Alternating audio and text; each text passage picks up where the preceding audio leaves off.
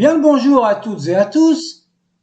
Voyons maintenant la suite du texte, les lignes 7 à 17. Chacun de ces officiers ont combattu ses semblables. Leurs tentes ont été brûlées, réduites en cendres.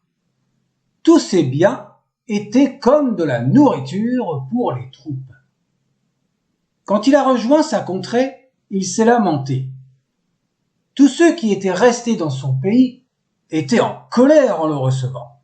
Un chef dont le destin s'est vu infliger un châtiment à la plume nuisible.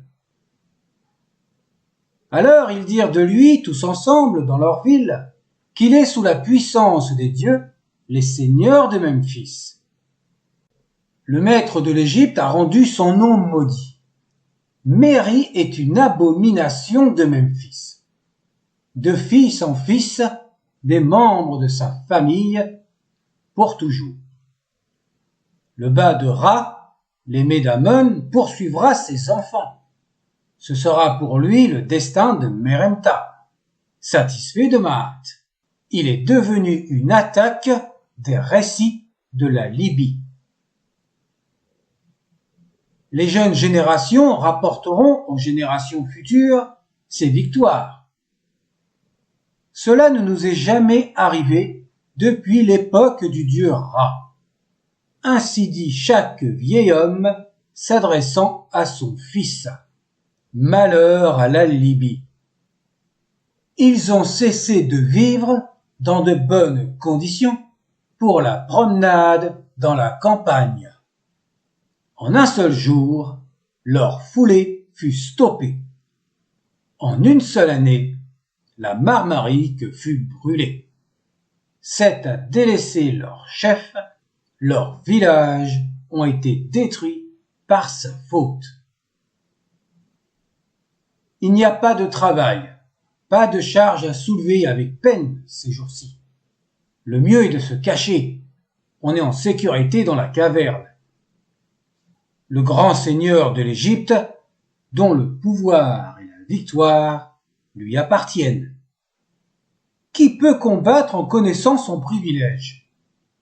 C'est un imbécile qui n'a pas d'intelligence qui peut le recevoir. Il ne connaît donc pas le jour suivant, peu importe qui violera sa frontière. Quant à l'Égypte, on dit depuis les dieux qu'elle est l'unique fille de Ra et que son fils est celui qui est sur le trône de Chou. Aucune intelligence n'a détourné du chemin son peuple. L'œil de chaque dieu poursuivra son pilleur. C'est lui qui vaincra ses ennemis.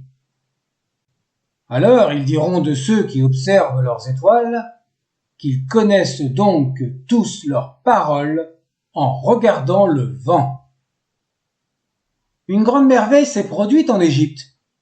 L'attaquant a été fait prisonnier dans sa main, selon les conseils du roi des divins, le triomphant sur ses ennemis avant le dieu Ra. Méri, celui qui apporte le malheur, le scélérat. À chaque dieu qui est à Memphis, il a subi un procès à Héliopolis. L'Énéade l'a reconnu coupable de ses crimes. Le seigneur de la totalité a dit: donnez le cimeterre à mon fils. Lui qui est honnête, indulgent, bienveillant, le bas de Ra, l'aimé d'Amon, celui qui prend soin de Memphis, qui défend Héliopolis, qui ouvre les cités et celles qui ont été scellées. Il a libéré les nombreux hommes qui étaient enfermés dans chaque district. Il a présenté des offrandes au temple, il a permis de laisser rentrer l'encens en présence du Dieu. Il a laissé les nobles conserver leurs biens, il a laissé les orphelins s'approcher de leur ville, puis les seigneurs d'Héliopolis dirent à leur fils: Meremta, satisfait de Mahat, accorde-lui une existence comme Ra, qu'il puisse défendre celui qui est affligé par une contrée quelconque.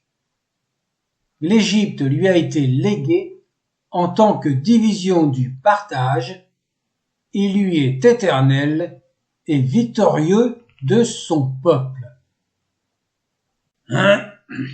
Oui, je sais, parfois on a l'impression que le texte raconte un petit peu tout et n'importe quoi, notamment dans la façon dont c'est rédigé. Mais qu'est-ce que vous voulez que je vous dise? Je vais pas l'embellir et inventer des mots. Moi, je vous lis le texte tel qu'il est, tel que la traduction doit se faire. C'est la fin de la vidéo. Dans la prochaine, nous verrons les lignes 18 à 28, c'est-à-dire les dernières. Tchuss!